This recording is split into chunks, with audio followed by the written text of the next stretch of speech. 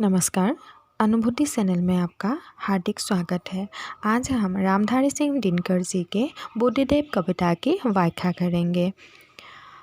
तो दिनकर जी जो है वो राष्ट्र प्रेम धारा के कवि रहे हैं और उन्होंने बुद्धदेव कविता में बुद्धदेव की जो स्थिति है यानी कि उन्होंने समाज के लिए या धर्म के लिए जो काम किया था या समाज सुधार के लिए जो किया था उसी के बारे में यहाँ वर्णन किया गया है। उनकी वाणी जो है वो आज भी समस्त संसार को आवश्यक है और आज भी उनकी वाणी जो है वो फैल रहे हैं।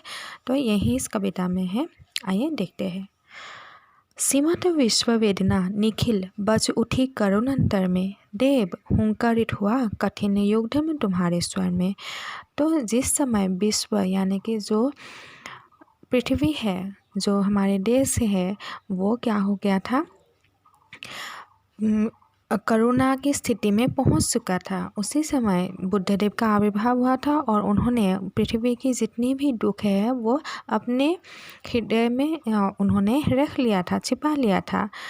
सीमत विश्व वेदना निखिल बज उठी करुणांतर में, यानी कि उस पृथ्वी की जो स्थिति है, जो करुण स्थिति है, वो बुद्धदेव ने महसूस किया और करुणता से उसे अपने हृदय में स्थापित कर लिया। देव हुंकारित हुआ कठिन युग धर्म तुम्हारे स्वर में, और उनकी वाणी में युग धर्म के युगों युगों की जो स्थिति है वो उनकी वाणी से प्रकट होती है। कांटों पर कलियां गैरों पर किया मुकुट का त्याग, केस सुलग्न में जगा प्रभु यौवन का तीव्र वियाग। यानी कि जिस समय उनका जन्म हुआ था उन्होंने पृथ्वी के जो भी दुख था, दर्द था, उसको महसूस किया और करके उन्होंने क्या किया, कांटों पर कलियां, जिस प्रकार कांटों के भीतर ही कलियां खिलने लगते हैं, फूल खिलने लगते हैं, उसी प्रकार बुद्धदेव भी बहुत ही कठिनता, ये कांटे जो है कठिनता के बीच उन्होंने क्या किया था, गैरों के लिए यानी कि दूसरों के लिए अपने मुकुट का त्याग कर दिया था, क्योंकि वो एक राजा थे और लोगों की जो भी दुखदायक स्थिति थी उसको देख के उन्होंने क्या किया था, राजपाट छोड़ दिया था, अपने मुकुट छोड़ दिया था, त्याग दिया था। किस सुलग्न में जगह प्रभु यौवन का तीव्र विराग, वो कैसा सुलग्न था, सुसमय था जिस समय तुम्हारा जन्म हुआ था। यौवन का तीव्र विराग, जैसे कि तुमने क्या किया था, यौवन में ही अपनी जो भी राजसभा था या मुकुट था तुमने त्याग गया था, वो कैसे स्थिति रही होगी। चले ममता का बंधन तोड़ विश्व की महामुक्ति की, उनकी एक पत्नी थी, एक बच्चा था, उसे भी छोड़ के उन्होंने समस्त बंधन को तोड़ दिया था और विश्व के शांति के लिए, महामुक्ति के लिए वो चले गए थे ध्यान करने के लिए। तप की आग त्याग की ज्वाला से प्रबोध संधान किया, विश्व पे स्वयं अमृत जीवन का त्रिषित विश्व को दान किया। उन्होंने क्या किया था, तप किया, घोर तपस्या किया था, आग मतलब घोर तपस्या किया था। त्याग की ज्वाला से प्रबोध संधान किया, उन्होंने त्याग से ही मुक्ति का संधान किया था, यानी कि उन्होंने बहुत ज़्यादा त्याग किए थे, अपने को तप में उन्होंने न्यौछावर कर दिया था। उन्होंने खुद स्वयं विष पी लिया था और अमृत जो लोगों को जीवित रखते हैं, अमर बनाते हैं, और खुद उन्होंने दुख को लेकर जो जितने भी खुशियाँ थे, जितने भी अमृत थे, जितने भी खुशियाँ थे, शांति थे, वो लोगों पर न्यौछावर कर दिया था। वैशाली की धूल सरहन सुमने ललक ललसाती है, स्मृति पूजन में तप कानन की लता पुष्प बरसाती है। वैशाली जहाँ उनका जन्म हुआ था, बुद्धदेव का जन्म हुआ था, तो वो जो धूल है, वो जो मिट्टी है, वो बहुत ही पवित्र है और आज भी हमें हमारे दिल में ऐसी लालसा आती है कि लालच होती है कि हम वहाँ की भूमि को, उस पवित्र भूमि को एक बार छू के प्रणाम करें। स्मृति पूजन पे यानी कि उनके याद में आज भी उसे कानन के यानी कि उसी वन के जो भी फूल है वो या लताएँ हैं वो भी आज पुष्प बरसाती हैं बुद्धदेव की याद में, क्योंकि उन्होंने क्या किया था, संसार के भले हेतु काम किया था। बट के नीचे खड़ी खोजते लिए सुजाता खे तुम्हें, बुद्धि वृक्ष तल बुला रहे कलवर में कोकिल की तुम्हें। अभी क्या है यहाँ बट के नीचे उन्होंने क्या किया था, बट पेड़ के नीचे उन्होंने तपस्या किया था और वहीं पर उन्हें खाना खिलाती थी सुजाता। सुजाता नाम एक औरत ने उन्हें खीर खिलाया था। वो टीवी से तल बुला रहे कलवर में कोकिल की तुम्हें। और आज भी वहाँ की जो कोकिल है, जो चिड़िया है, वो भी आज तुम्हें बुलाते हैं, तुम्हें याद करते हैं। शस्त्र भारत से निकल खोजती रह रह धरा अधे तुम्हें। प्रभु पुकार रहे व्याकुल मानवता की जंजीर तुम्हें। आज क्या है, शास्त्र का भार लिए हुए, मतलब शास्त्र का शासन ज़्यादा है।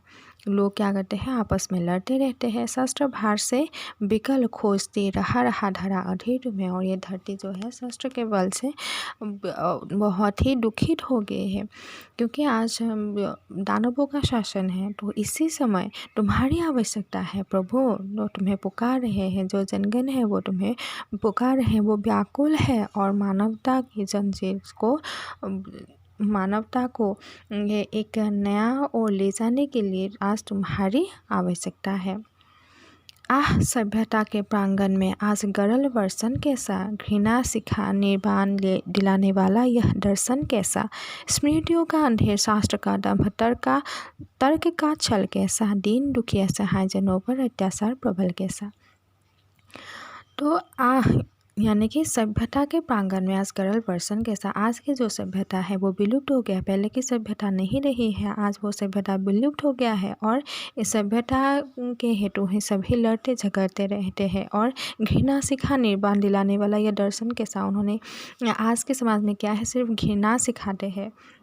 ये कैसी भावना है कि पहले बुद्धदेव क्या करते थे, घृणा को त्यागते थे और सहल सहल भाव को या शांति प्रिय भाव को रखते थे। लेकिन आज का ये दर्शन कैसा है कि लोग सिर्फ घृणा ही करते रहते हैं। स्मृतियों का अंधेर है, शास्त्र का दंभ है, तर्क का चला फैला। आज क्या है, अतीत को हम देखते हैं तो अतीत की जो भी बातें हैं वो हमें अंधेरा जैसा लगता है, यानी कि अतीत की जो बातें थी वो अभी नहीं रहे हैं। सिर्फ शास्त्र का दंभ है, यानी कि जो ज्ञानी लोग होते हैं या ज्ञानी मूर्ख लोग होते हैं, सिर्फ उन्हीं का ही चलता है और हमेशा तर्क ही चलता रहता है। दीन दुखी असहाय जनों पर अत्याचार प्रबल कैसा। आज सिर्फ जो दुखी होते हैं, जो दिन दुखी होते हैं, गरीब लोग होते हैं, उन्हीं पर अत्याचार किया जाता है। ये कैसा न्याय है। आज दीनता को प्रभु की पूजा का भी अधिकार नहीं। देव बना था क्या दुखियों के लिए, निठुर संसार नहीं। धन पिपास के विजय, धर्म की पावन ज्योति, अदृश्य हुई डोरो, बोधिसत्व भारत में मानवता अस्पृश्य हुई। आज क्या है, दीनता यानी कि दुखी जो लोग होते हैं, गरीब जो लोग होते हैं, उनको पूजा का अधिकार भी नहीं है। यानी कि ऐसा लगता है कि भगवान भी उनसे रुष्ट हो गए हैं। देव बना था क्या दुखियों के लिए, निष्ठुर संसार नहीं। क्या ये इस संसार के लिए तुम, जो गरीब लोग होते हैं उनकी भला के लिए तुम नहीं हो, क्या तुम अमीर के पास ही रह गए हो।